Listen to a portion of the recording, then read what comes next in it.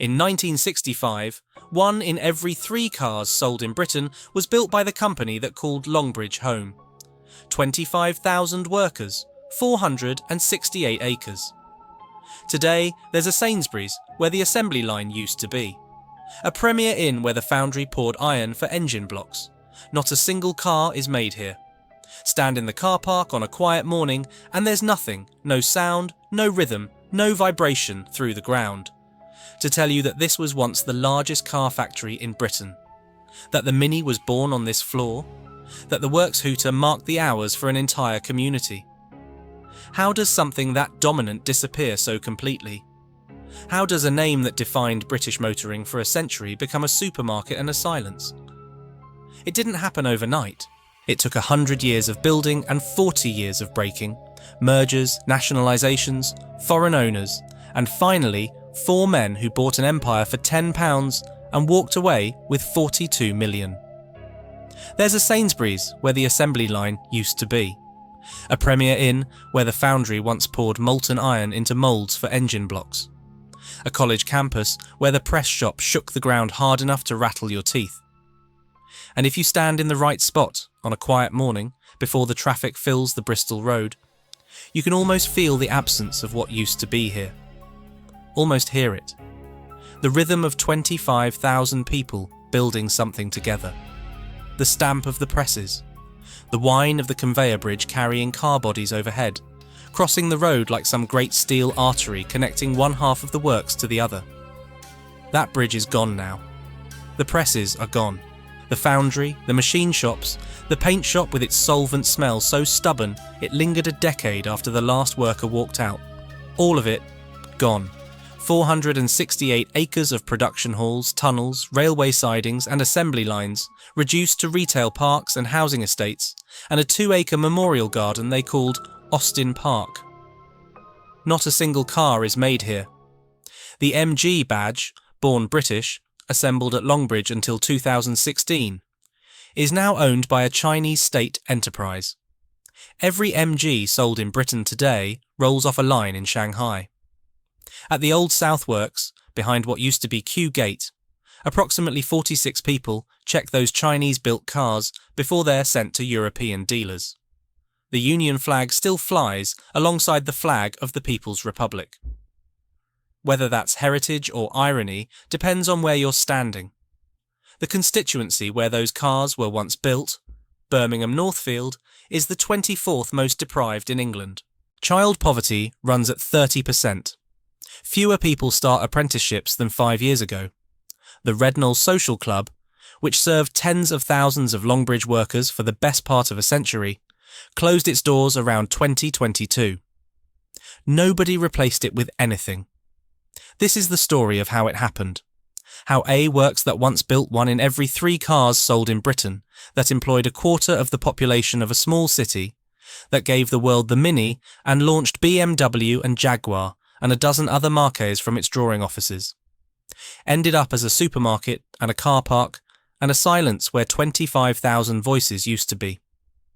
It starts, as these stories often do, with 1 man and a disused factory on a country road. Herbert Austin was not born to money.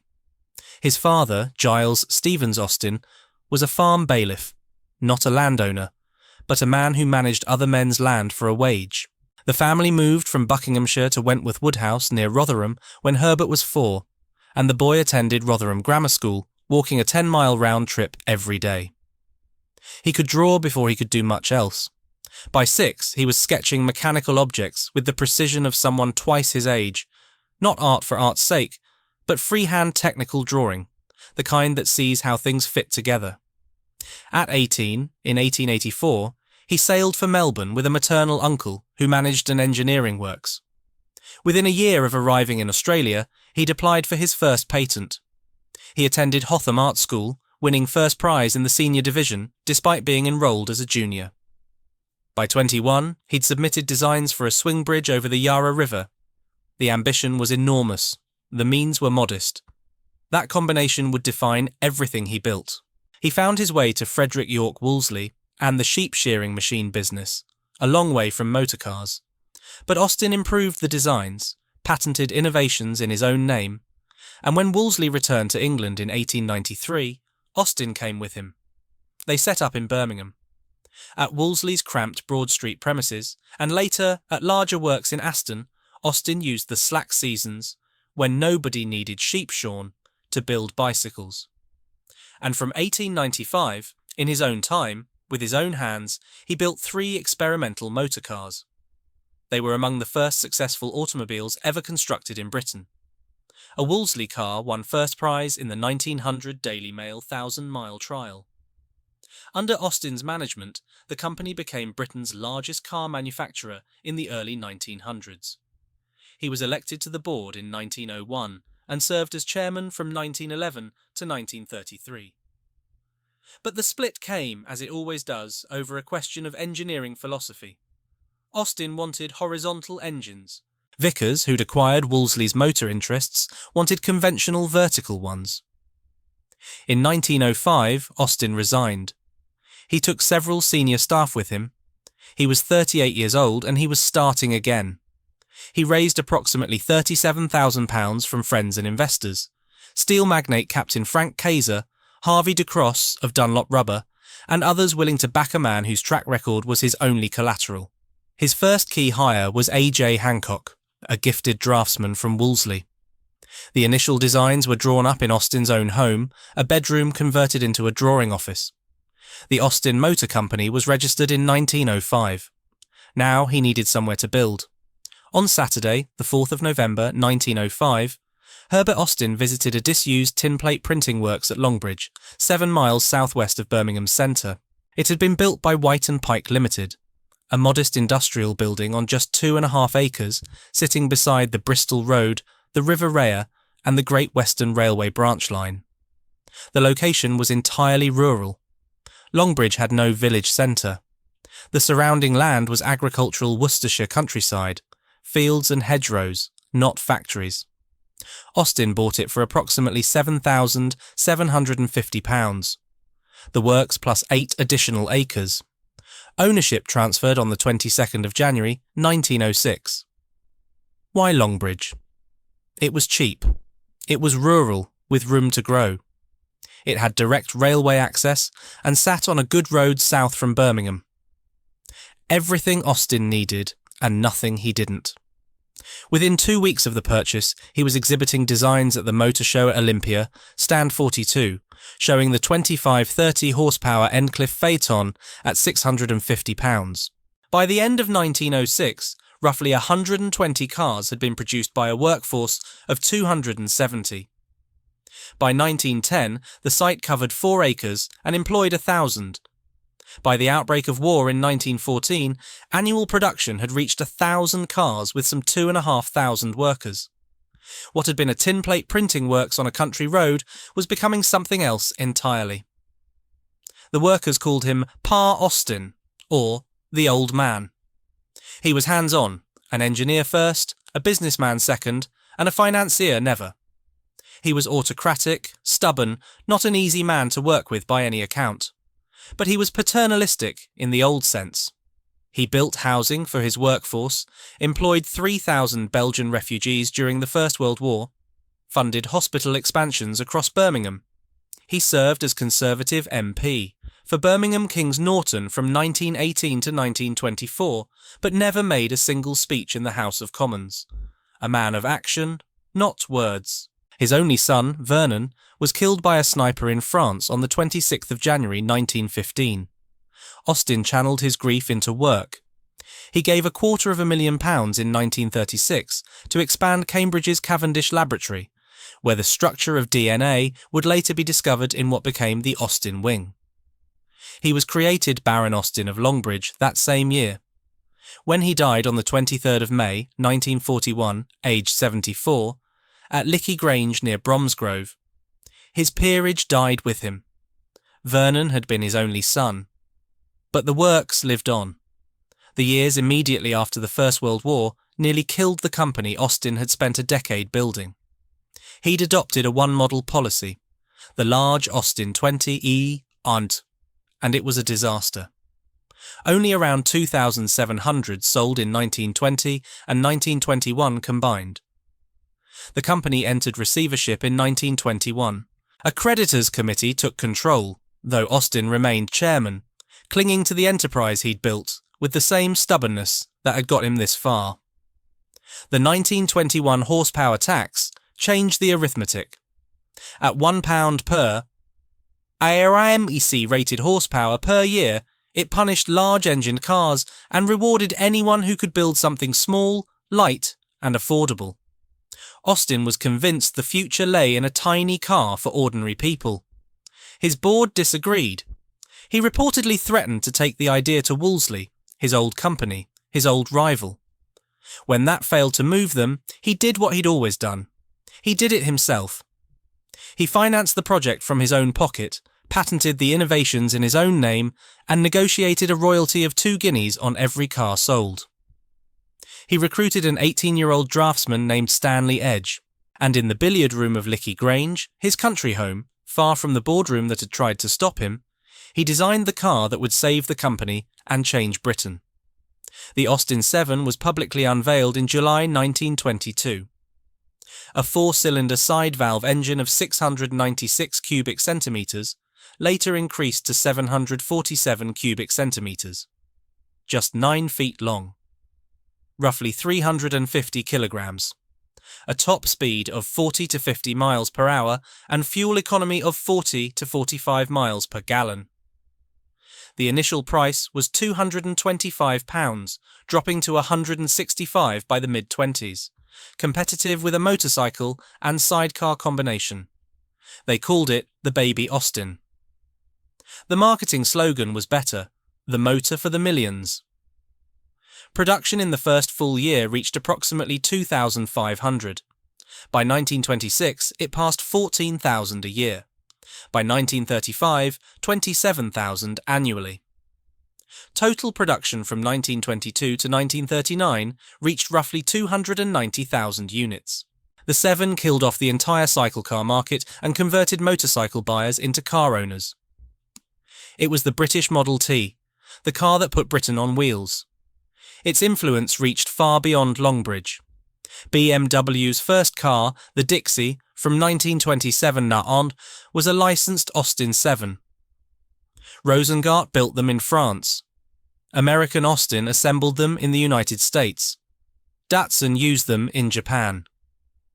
William Lyons used Austin 7 chassis for the first Jaguar precursors. The first Lotus was an Austin 7 Special. The first Bruce McLaren race car was an Austin 7 Special. A car designed in a billiard room by a man his own board had tried to stop became the seed from which half the world's motor industry grew. By the mid-20s, Austin was profitable again. By 1929, Austin and Morris together produced around 60% of all UK car output. Austin became Britain's biggest motor manufacturer in 1934.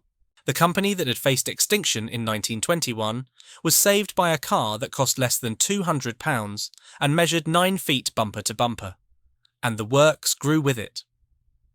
During the First World War, the workforce had swelled from 2,500 to 22,000, mostly women, building munitions and military vehicles. To house them, Austin purchased 120 acres of farmland and imported 200 prefabricated Canadian red cedar bungalows from the Aladdin Company of Bay City, Michigan. They were shipped across the Atlantic in defiance of U-boats. 25 conventional brick semi-detached houses were built as fire breaks, and the whole village was completed in 11 months. Each bungalow had 3 bedrooms, a bathroom, coke-fired central heating, a gas cooker, and gas lighting, remarkably high quality for working-class housing of the era. The village had 2 churches, 2 schools, tennis courts, and a village hall. At one of those churches, a young Reverend Audrey later wrote some of the Thomas the Tank Engine stories. In the 20s, bungalows were sold to residents for £250 leasehold or £300 freehold, with a £50 discount for Austin workers. The Austin village was granted conservation area status in 1997. It still stands today. It has outlived the factory that created it. When the Second World War came, Longbridge transformed again. Herbert Austin had chaired the Shadow Aero Engine Committee from 1936, overseeing the construction of two massive shadow factories at Cofton Hackett, adjacent to the main works. The main building alone measured 1,530 feet by 410 feet, covering 20 acres. By March 1940, a network of underground tunnels had been excavated through sandstone, large enough for 3-ton lorries, sheltering up to 15,000 personnel and enabling concealed production during air raids. The works produced Fairey Battle light bombers, short Stirling 4-engined heavy bombers, approximately 300 Hawker Hurricanes, most shipped directly to Russia, Lancaster bomber components and final assemblies, and 300 Horsa glider fuselages. Beyond aircraft, 600,000 jerry cans, 500,000 tin helmets, 44,000 mines and depth charges, 36,000 tank suspension units, and nearly 100,000 military vehicles. The wartime workforce swelled to between 22 and 32,000. Car production resumed immediately after the war. In June 1946, the millionth Austin rolled off the line. Under the government's export or die policy, nearly every new car was earmarked for overseas markets. A new car assembly building was commissioned in 1951, described as one of the most advanced of its kind in the world. Austin of England, they called themselves. And the name carried weight. Then came the merger that would shape all and eventually break everything. In mid-April 1952, the Austin Motor Company merged with the Nuffield organisation, parent of Morris Motors, MG, Riley and Wolseley, to form the British Motor Corporation. Leonard Lord, a forceful executive who had defected from Morris to Austin in 1936, was the driving force. Lord effectively ran the show from the start. The ageing Lord Nuffield was honorary chairman, replaced by Lord himself within months. BMC commanded 39% of British car output at formation, substantially larger than any other European manufacturer. Lord's famous quip, "What does BMC stand for? Bugger my competitors." It was an Austin takeover in all but name. Longbridge became BMC headquarters. All new car designs were coded ADO, Austin Drawing Office. Morris engine designs were dropped within 3 years. But the Austin-Morris rivalry was never resolved. Separate dealer networks were maintained. Badge engineering became rampant. Identical cars sold under different names, doubling logistics and distribution costs without any genuine product differentiation. A culture of them and us persisted for decades. The merger created a giant. It also planted the seeds of something that would take 40 years to kill it. But before the fall came the finest hour, and it arrived in the shape of a car just over 10 feet long. Sir Alec Isigonis was born on the 18th of November 1906 in Smyrna, now Izmir, Turkey, to a British naturalised Greek father and a Bavarian mother. In 1922, when the Great Fire of Smyrna engulfed the city, the family was evacuated by the Royal Navy. He arrived in Britain as a refugee. He failed his mathematics exams 3 times. He famously sketched designs on restaurant tablecloths. And he was, by almost universal agreement, one of the most brilliant automotive engineers who ever lived. He had already designed the Morris Minor, which would go on to sell 1.6 million. Leonard Lord recruited him back to BMC in 1955 with a brief to create technically advanced family cars. Then came the trigger. The 1956 Suez Crisis brought fuel rationing and flooded British streets with bubble cars. Those tiny, awkward, vaguely comical machines that were nobody's idea of proper motoring. Lord's dictum was characteristically blunt. "God damn these bloody awful bubble cars. We must drive them off the streets by designing a proper small car." Isigonis's requirements were deceptively simple. Seat 4 adults plus luggage, low fuel consumption, great handling, and use the existing A-series engine. His solution was revolutionary. A transversely mounted engine with the gearbox housed in the sump. Front-wheel drive, rubber cone suspension, wheels pushed to the very corners of the body. The result was just over 10 feet long, with 80% of the floor plan devoted to passengers and luggage. Issigonis famously insisted the door bins be large enough for his gin and vermouth bottles. The Mini launched on the 26th of August 1959 in two versions, the Austin 7 and the Morris Mini Minor. Base price £496.95. Astonishingly low. Too low, as it turned out. Ford of Britain purchased a Mini and stripped it to its spot welds. Sir Terry Beckett, later Ford UK chairman, reported the findings. On their cost analysis, Ford couldn't see how the car could be produced at that price and make a profit. They calculated BMC was losing approximately £30 on every Mini sold. They stripped a second one at Aveley to confirm. Beckett later said it plainly. You can track the decline of BMC from that single product. A later internal BMC review found an average profit of just £16 per car across 16 Mini variants. Senior management dismissed the warnings as arrogance. The transverse front-wheel drive layout was roughly 22% more expensive to manufacture than conventional rear-wheel drive, a figure Issigonis himself calculated in 1968. Management insisted volume would deal with it. Volume never did. But none of that diminished what the car meant to drivers, to British culture, or to the works that built it. By 1962, BMC produced over 200,000 Minis per year. The millionth was built in 1965. The 2 millionth rolled off the Longbridge line on the 19th of June 1969, captured by British Pathé newsreel. Total production would ultimately reach 5.3 million. Enzo Ferrari owned 3 Cooper versions. All 4 Beetles had Minis. Peter Sellers spent £2,600 on a bespoke Hooper conversion. The car won the Monte Carlo Rally 3 times and starred in the Italian Job. Issigonis was knighted in 1969. The Mini became, by any measure, the most significant British car of the 20th century. And Longbridge was where it was born. To understand what Longbridge was at its peak, what was actually lost when the works fell silent, you have to understand the sheer physical scale of the place. And then you have to imagine filling every square foot of it with people. At its zenith in the late 1960s, the site covered approximately 468 acres. 4 main areas bisected by the Bristol Road. Southworks was the original 1905 factory.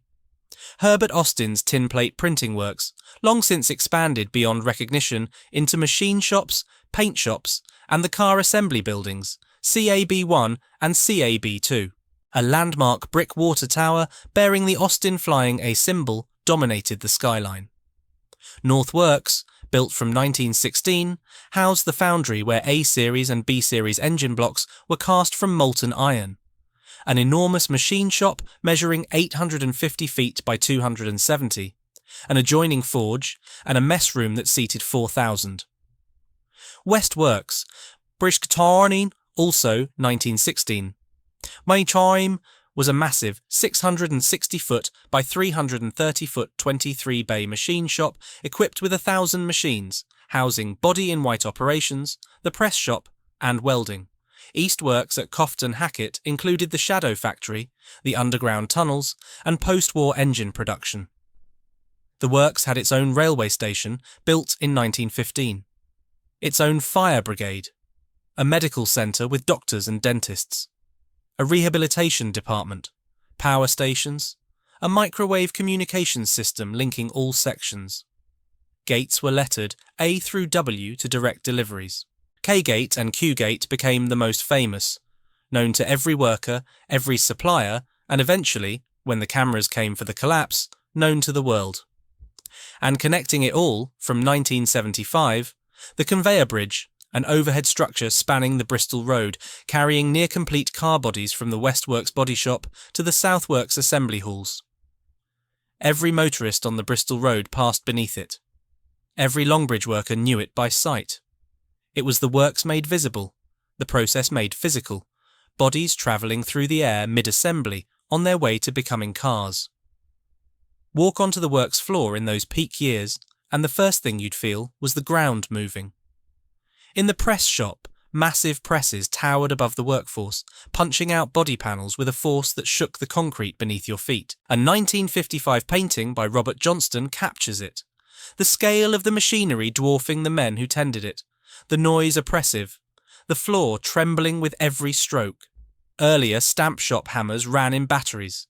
2-ton hammers, 2,500 weight hammers, 1,500 weight hammers, all pounding billets into forgings. In West Works, where the body in white was assembled, sparks flew from the spot welding and the air tasted of hot metal. Workers who spent their careers there considered it the hardest part of the whole operation, the sparks, the noise, the dirt, the sharp metal edges. Safety glasses and thick gloves were standard issue. Overalls, they called them Roveralls, would be filthy by the end of the week. The place had a smell about it. Not a bad smell, former workers said, but a smell unique to that part of the factory. You'd know it if you'd been there. You'd carry it home on your clothes. The paint shop carried a solvent odour so powerful and so persistent that urban explorers visiting the abandoned works in 2016, over a decade after closure, could still detect it. 11 years of silence and weather and decay, and the paint shop still smelled like the paint shop. Then the car assembly buildings. These were the cleaner end, the transformation, the becoming. Workers installed trim, dashboards, seats and glass into freshly painted shells that arrived on the line as bare metal and left as finished cars. One worker recalled his first tour. It was fascinating seeing the whole process of a car being made from bare body shell to end of the line, and seeing them roll off all as shiny and new in all different colours, thinking, where will they go?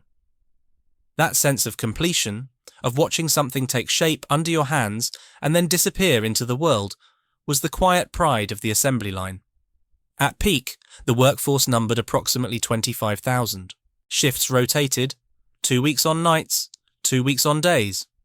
The main canteen was a huge hall of clattering knives and forks, seating 400 or 500 at a sitting, but rigidly hierarchical. Everyone was separated by grade. Manual workers had the worst conditions and the poorest choices on the menu. Management, meanwhile, had waitress service, alcohol, and 3-course meals. The legendary Vienna steak served on Fridays was chopped up meat and vegetables hammered into a solid lump, believed by everyone on the floor to be the week's leftovers recycled. The general fare was chips, pies, gravy, and overcooked veg. Nobody came to the Austin for the cuisine. They came for each other.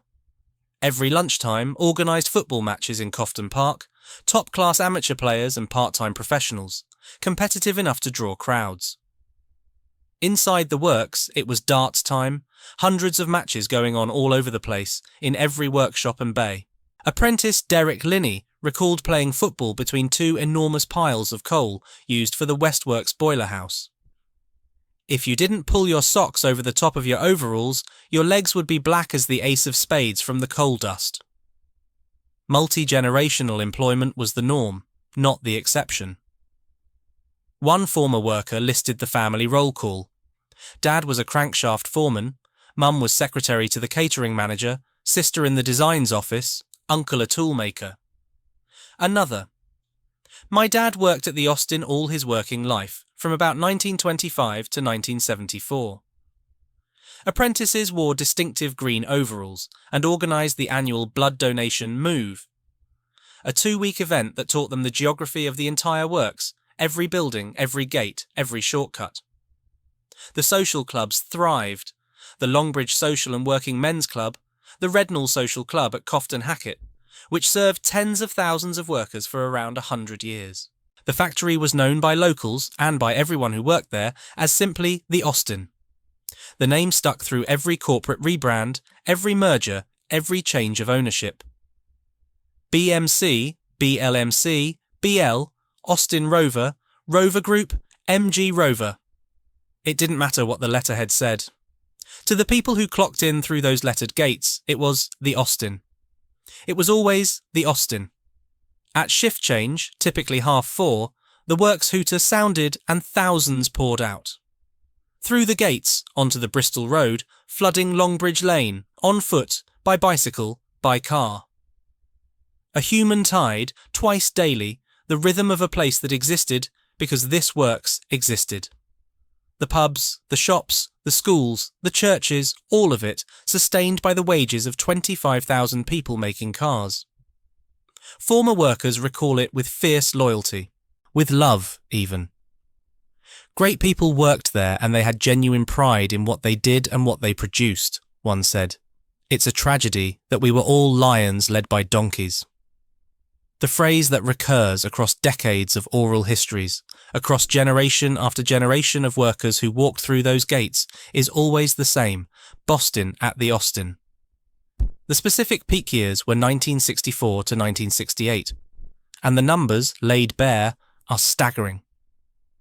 In 1965, BMC and its successor brands held 44.5% of the entire UK car market. Ford held just 26.3%. Imports were a mere 5.1%, one car in 20. The BMC 1100/1300, coded AD016, was Britain's best-selling car every year from 1963 to 1966, and again from 1968 to 1971. In 1966 alone, it claimed 14.5% of all UK registrations. Total AD016 production reached 2.1 million units.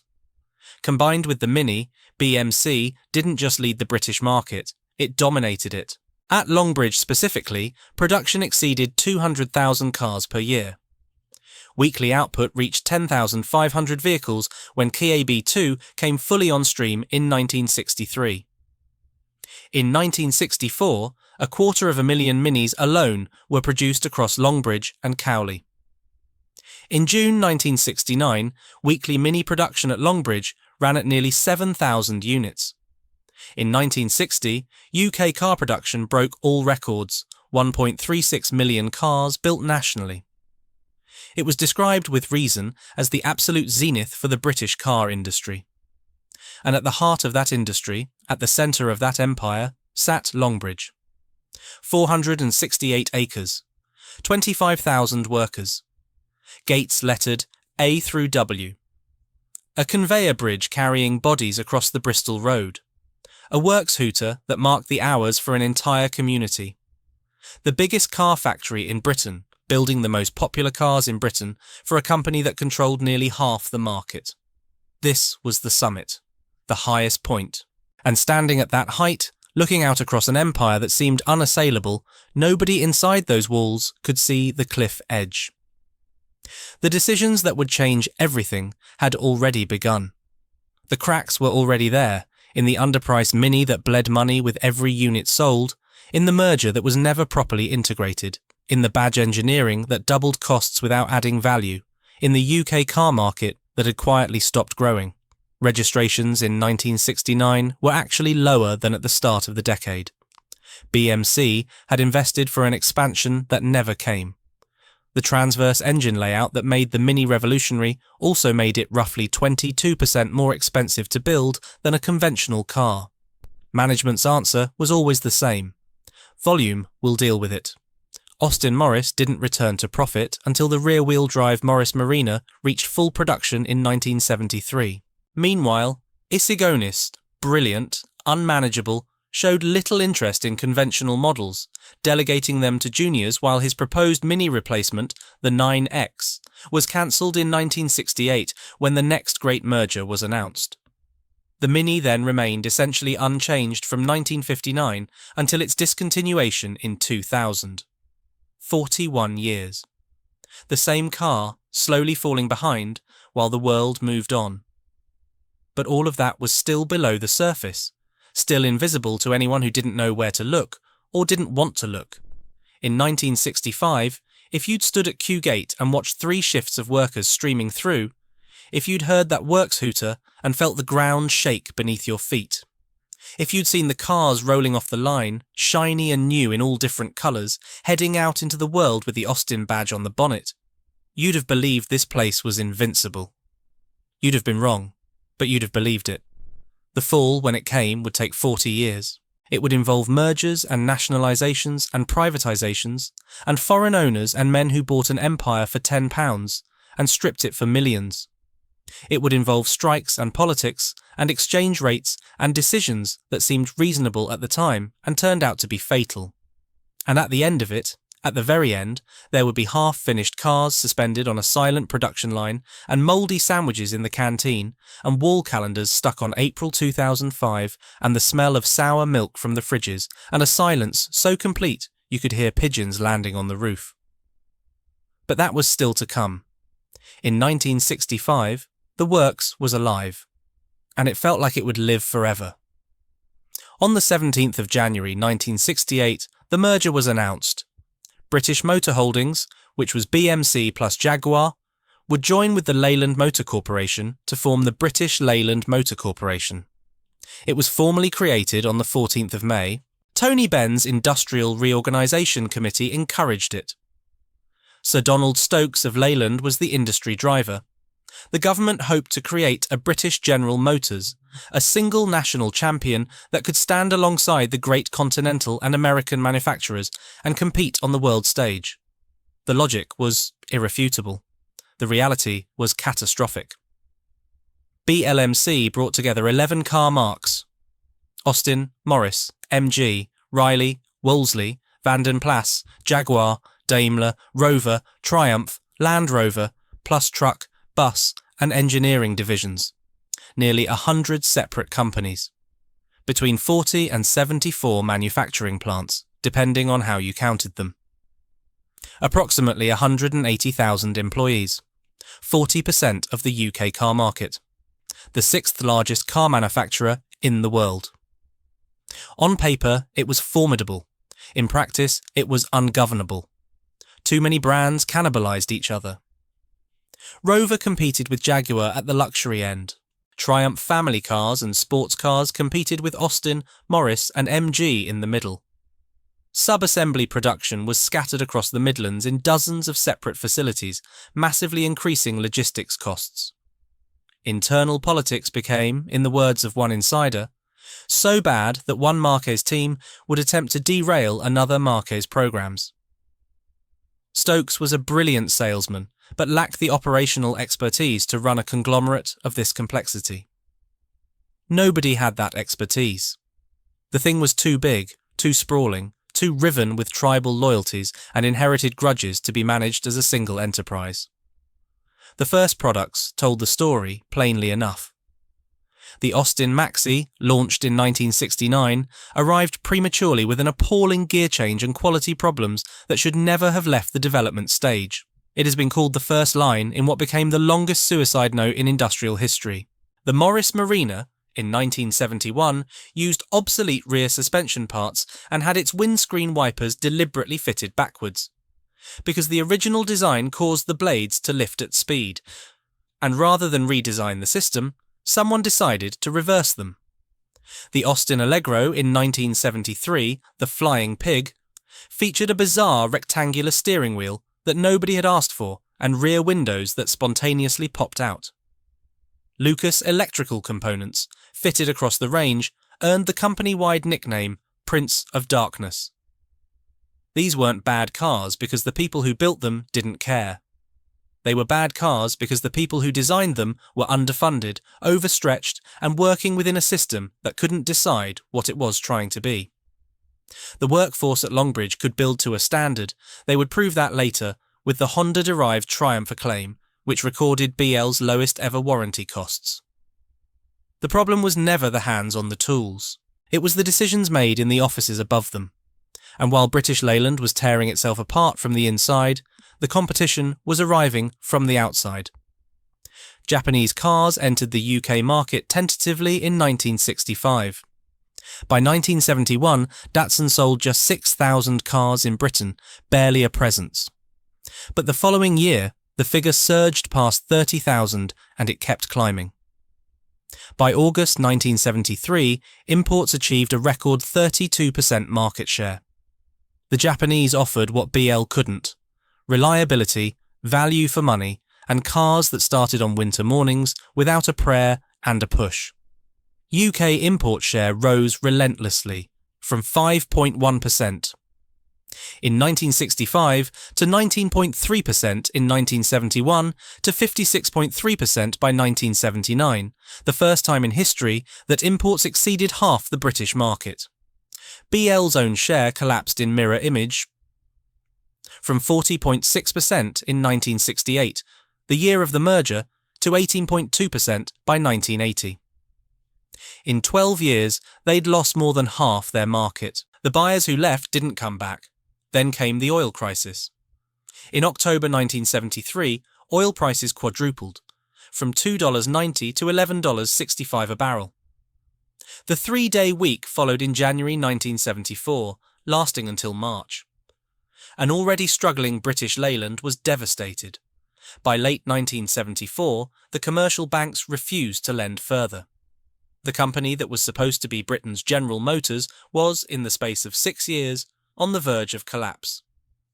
On the 26th of March 1975, Sir Don Ryder submitted his report to Industry Secretary Tony Benn. It found BL was a deeply flawed and underinvested business, but argued that closure would threaten approximately 1 million jobs across the supply chain. The government nationalised British Leyland in June 1975, purchasing shares at 10 pence each and becoming approximately 95% shareholder. The Ryder report envisaged £900 million of investment through September 1978, with a total of £2.8 billion through 1982. It was wildly optimistic, assuming BL would quadruple its historical average profit and double European sales. Critically, it failed to recommend the plant closures that everyone privately knew were necessary, leaving the bewildering spread of factories intact. Each one a constituency. Each one a set of jobs no politician wanted to be seen destroying. By the time of eventual privatisation, total taxpayer investment in British Leyland had reached an estimated £11 billion in inflation-adjusted terms. £11 billion. For a company that never stopped losing money, the strikes that defined Longbridge in the public imagination, that turned British Leyland into a punchline and Red Robbo into a tabloid villain, deserve careful telling, because the story most people know isn't quite the story that happened. Derek Robinson was born in 1927 in Cradley Heath, Staffordshire. He started as an engineering apprentice at Longbridge aged 14 during the Second World War and qualified as a toolmaker. He joined the Communist Party of Great Britain in 1951 and became a protégé of long-serving convener Dick Etheridge, another communist who had run the Longbridge shop floor for nearly 30 years. Robinson became works convener around 1973 and chairman of the BL Combined Trade Union Committee.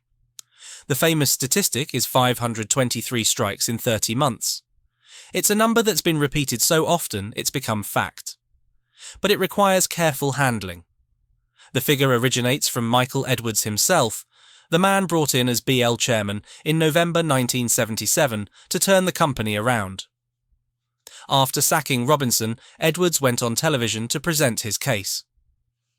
523 disputes, with the loss of 62,000 cars and 113,000 engines worth £200 million. It was devastating. It was designed to be. But 523 disputes across the enormous Longbridge complex, with its 25,000 workers spread across dozens of workshops, foundries, press shops and assembly lines, doesn't mean 523 strikes called by one man. Most were brief workgroup actions, organised autonomously by individual sections, often before the convener or works committee knew anything about them. A stoppage in the foundry over a temperature dispute. A walkout in the press shop over safety equipment.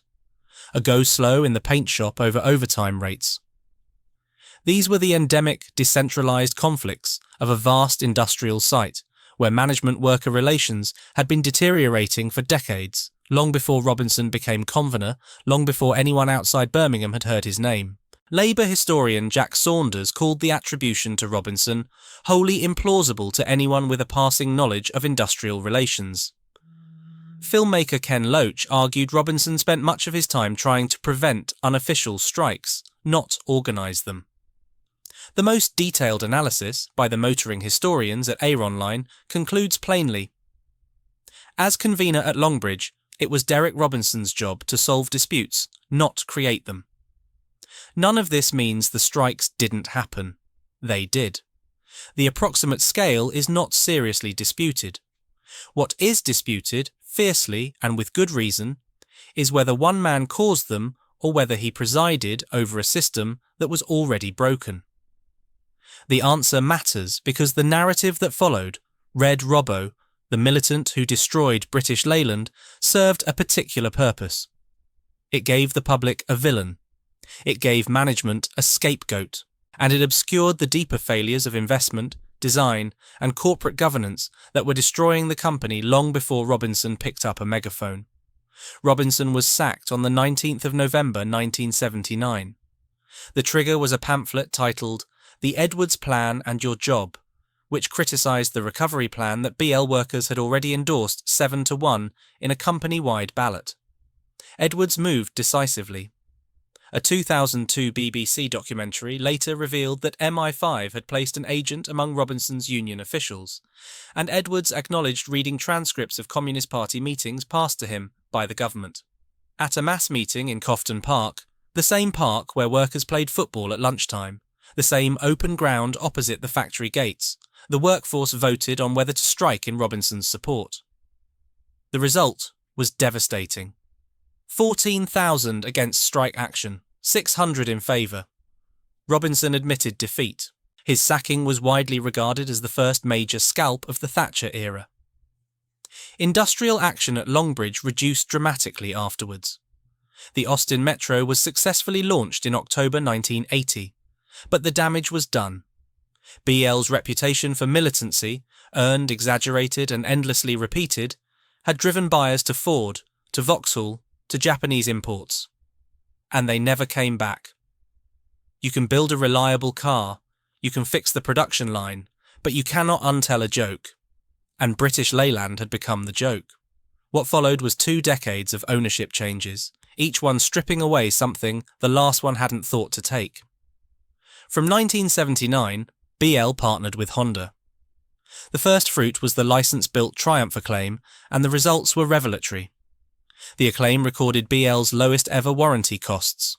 The workforce at Longbridge, so often blamed for poor quality, had proven beyond argument that they could build excellent cars when given a properly engineered product to work with.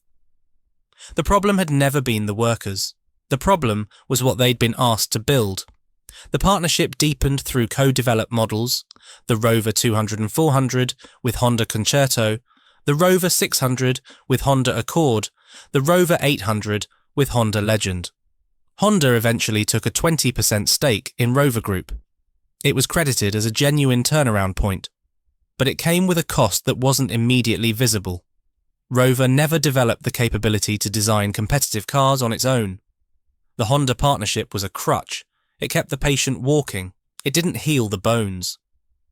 The Thatcher government sold Rover Group to British Aerospace in July 1988 for £150 million. Widely criticised as below true value, the European Commission later discovered £44.4 million in secret government sweeteners, ruled to be illegal state aid. BAE was accused of asset stripping through its property subsidiary, Arlington Securities, transferring factory freeholds from Rover and selling them off. By the early 90s, BAE was in severe financial distress itself, writing off £1 billion of assets in 1992. CEO Dick Evans stated the position with boardroom clarity. We simply could not afford to carry 2 core businesses, cars and aerospace. Rover was the one they chose to let go. On the 31st of January 1994, BAE secretly sold Rover to BMW for £800 million. Honda, with whom a deal to increase its stake to 47.5% had been agreed just days earlier, was blindsided. The betrayal was absolute. Honda was outraged and terminated the alliance. BMW's CEO, Bernd Pichet's reader, notably the grandnephew of Alec Isigonis, the man who'd designed the Mini, invested approximately £2.5 billion in Rover. But his initial hands-off management policy left chronic weaknesses unaddressed. When BMW finally examined the books in detail, they were amazed to discover that managers at Rover didn't have accurate sales figures. The basic data of how many cars were being sold, and to whom, and at what margin. The information any functioning business needs to survive wasn't there. Then the pound moved. Sterling's appreciation from approximately 2.3 to 3.3 Deutschmarks during 1996 to 1998 made exports unprofitable overnight. Losses surged from £91 million in 1997 to approximately £600 million in 1998. By 2000, the company was losing £2 million a day. UK market share collapsed from 10.9% in 1995 to 4.7% in 2000. BMW's Munich headquarters dubbed Rover the English patient.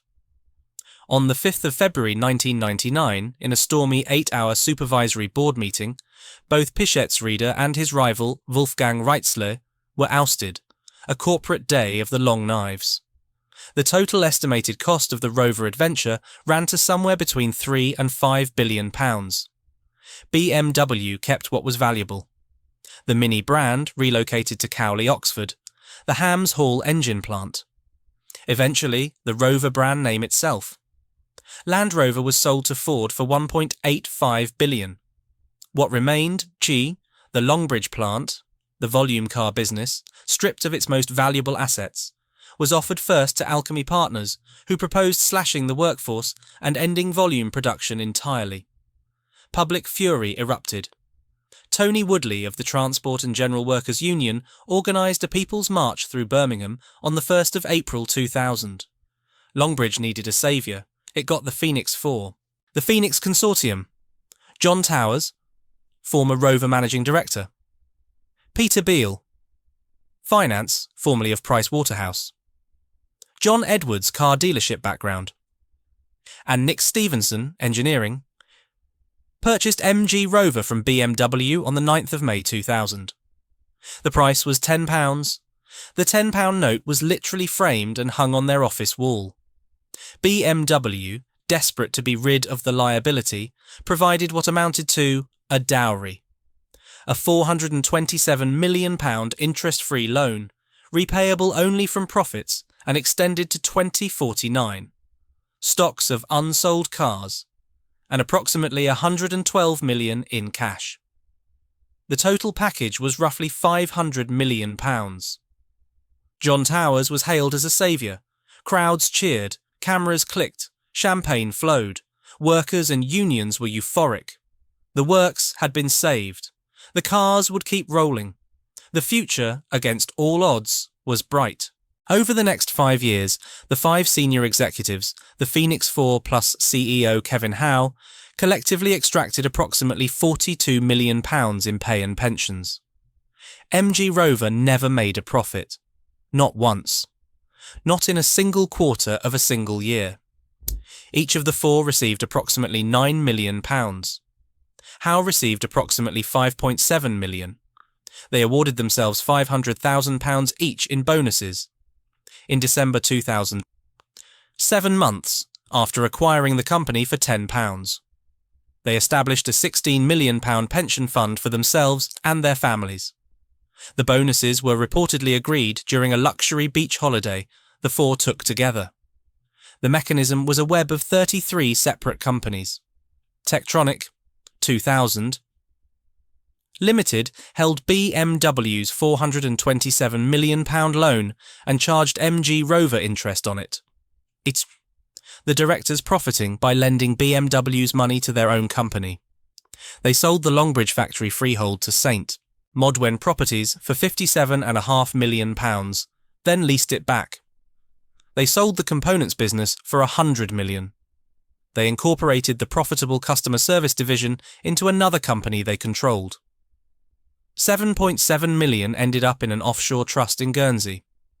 Peter Beale was later accused of installing software called Evidence Eliminator to deep clean his computer the day after the government announced an investigation. The cars, meanwhile, told their own story. MG Rover launched sporting MG-badged versions of existing Rovers, the ZR, ZS and ZT, and revised the MGF into the MGTF. These were competent enough. But the Rover City Rover, launched in 2003 on a rebadged Tata Indica built in Pune, India, was a catastrophe. James May of Top Gear went undercover to test one and called it the worst car he had driven on the programme. Only approximately 8,600 were sold, against original expectations of 40 to 60,000 per year. The MG X-Power SV sports car, based on the Quale Mangusta and priced from £65,000, was a vanity project. 82 cars produced, 9 sold by the time of administration. No genuinely all-new model was ever developed under Phoenix ownership. Not one. The Rover 25 and 45, the bread-and-butter cars the company depended on, were updated versions of designs first launched in 1995. Every major rival had been replaced once or twice since. By 2005, accumulated losses exceeded £500 million and debts exceeded £1.4 billion. John Towers publicly pledged assets worth up to £50 million to a trust fund for former workers. The trust was formally established. It was never funded. Workers never received a penny from it. The trust's total assets amounted to approximately £22,500, leaving each of the 6,500 former workers with roughly £3 each. £3. From the men who'd taken $42 million.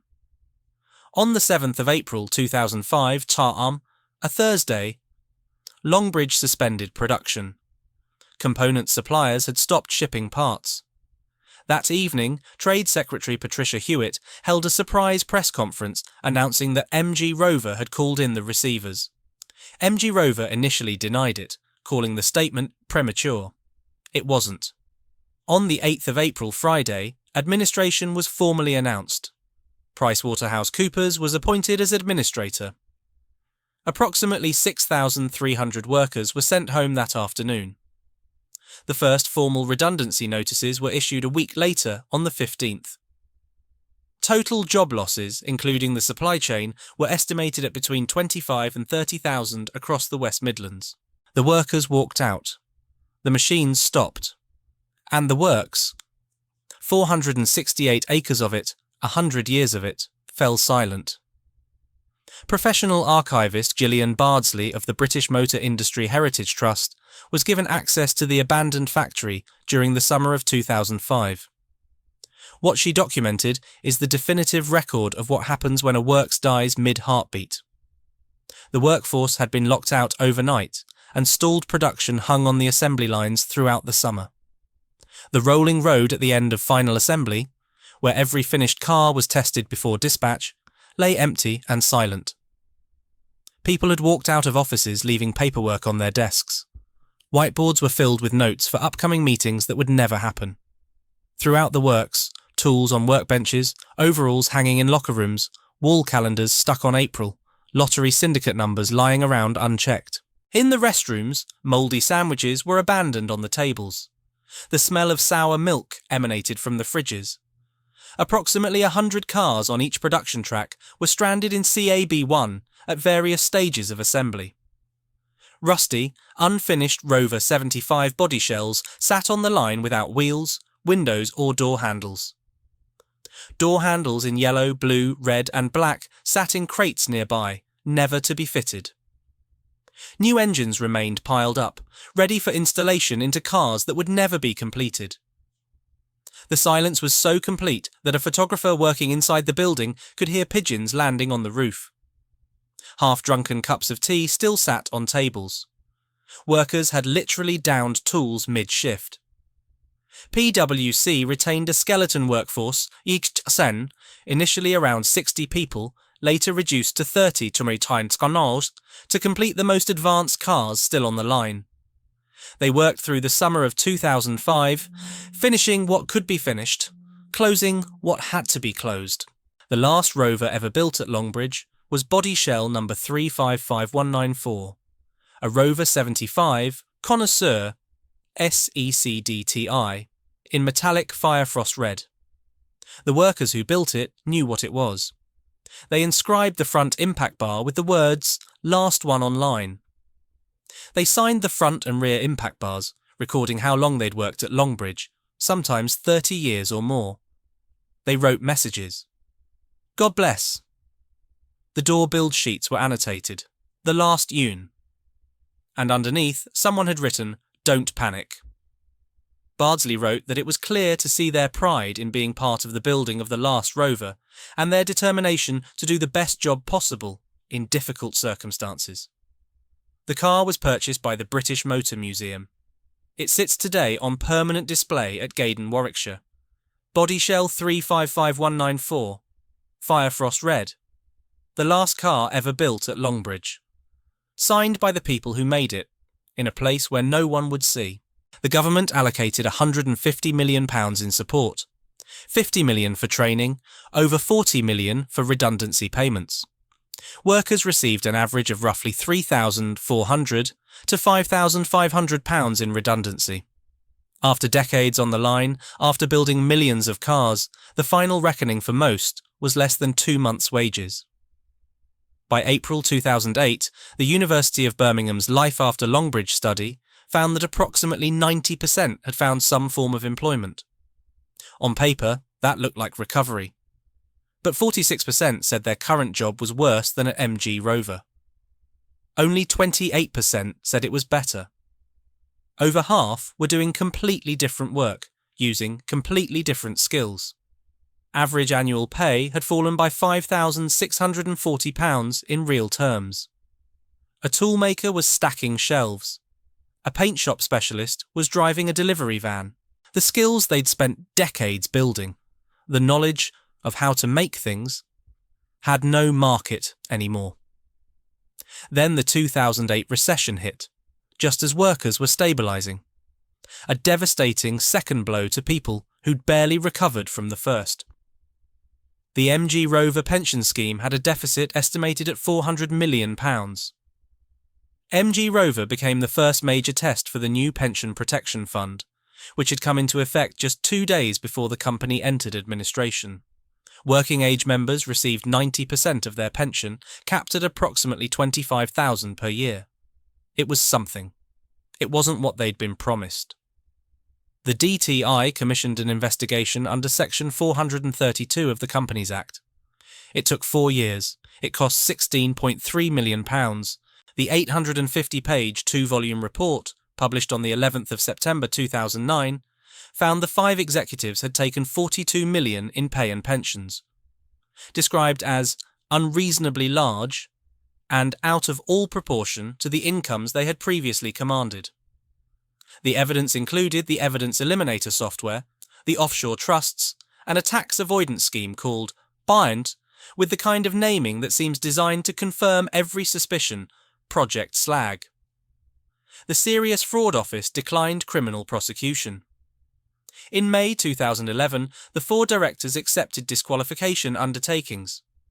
Peter Beale for 6 years, Towers and Stevenson for 5 years each, Edwards for 3 years, a combined total of 19 years. Their spokesman said they had done nothing which justified disqualification. Auditors Deloitte were fined £14 million by the Financial Reporting Council for flagrant disregard of professional standards, the largest fine of its kind at the time. On the 22nd of July 2005, just over 3 months after the collapse, Nanjing Automobile purchased the MG Mark, the Austin Mark, the Longbridge lease, and production tooling for approximately £53 million. Equipment was physically shipped to China from September.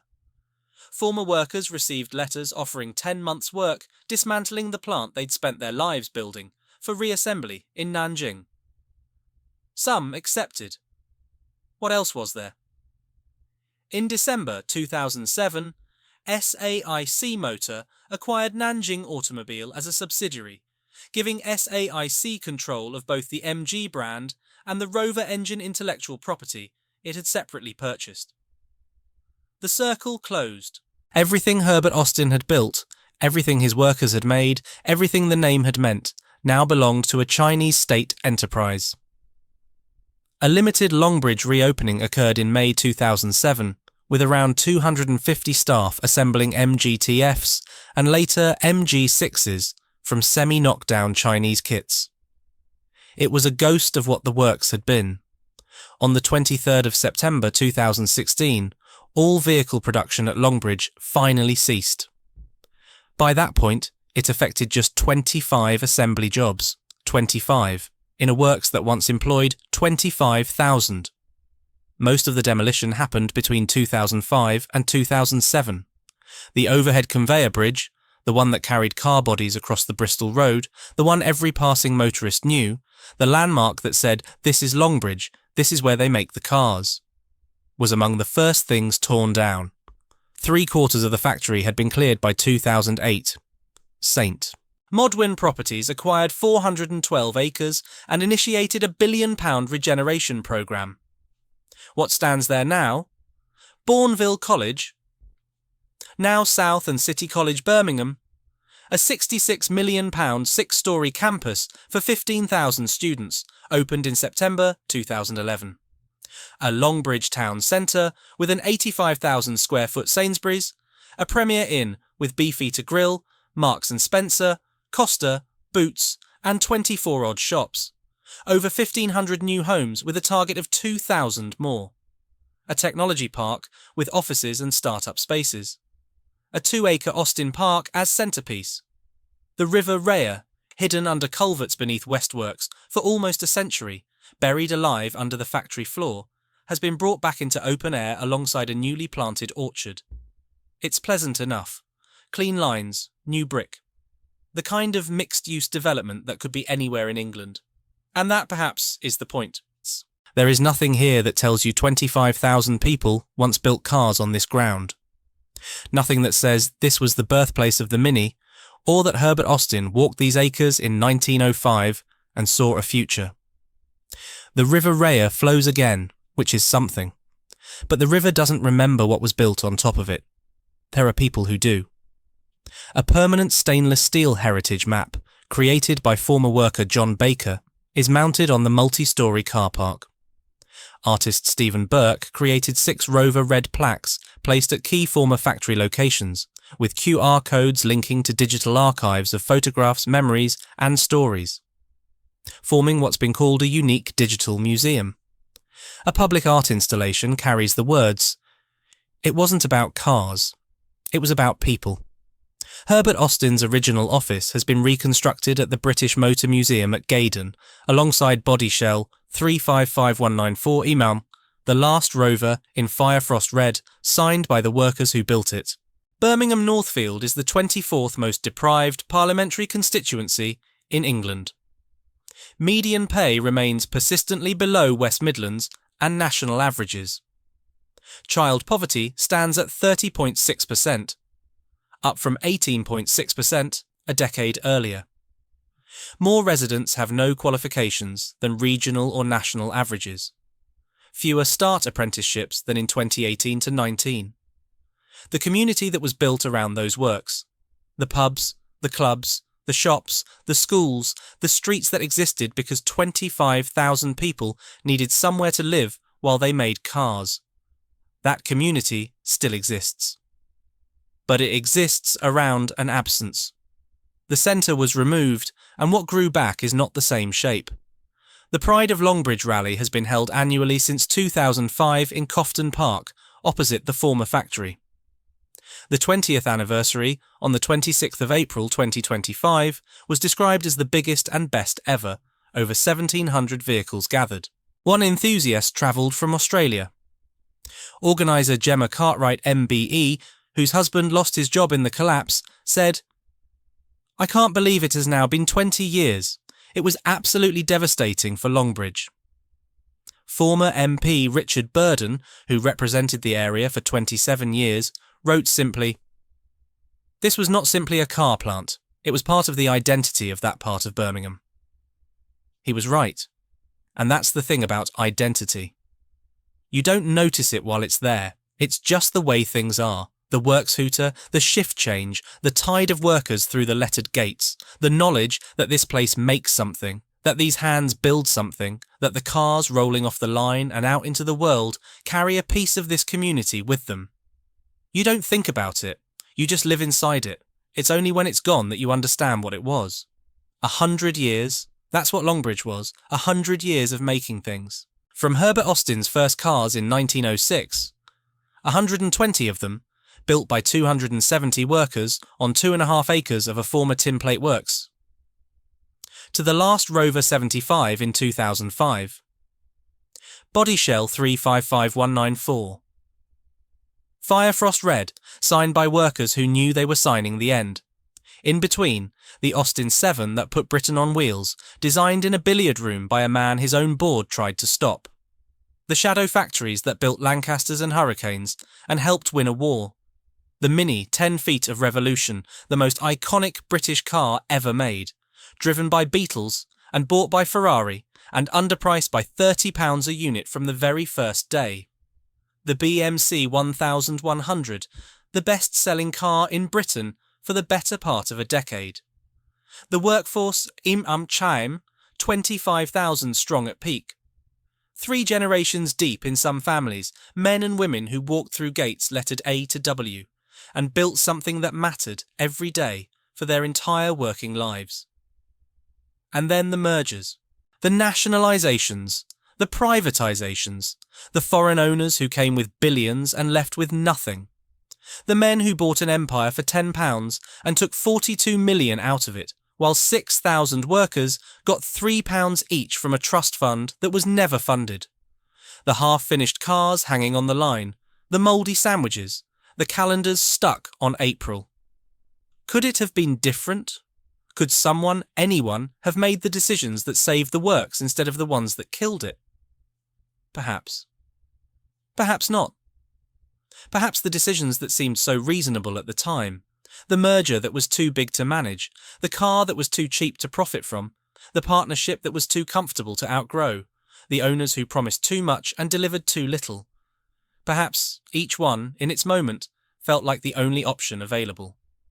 Perhaps the people who made them believed they were doing the right thing. Perhaps some of them were. What's certain is this. The works is gone. The cars are gone. The bridge that carried bodies across the Bristol Road is gone. The presses that shook the ground are gone. The foundry where they poured iron for engine blocks is gone. The paint shop, its smell the last thing to leave, is gone. What remains is a supermarket, a hotel, a housing estate, a college, a 2-acre park named after the man who started it all. And at the Old South Works, behind what used to be Kew Gate, 46 people checking cars that were made in Shanghai.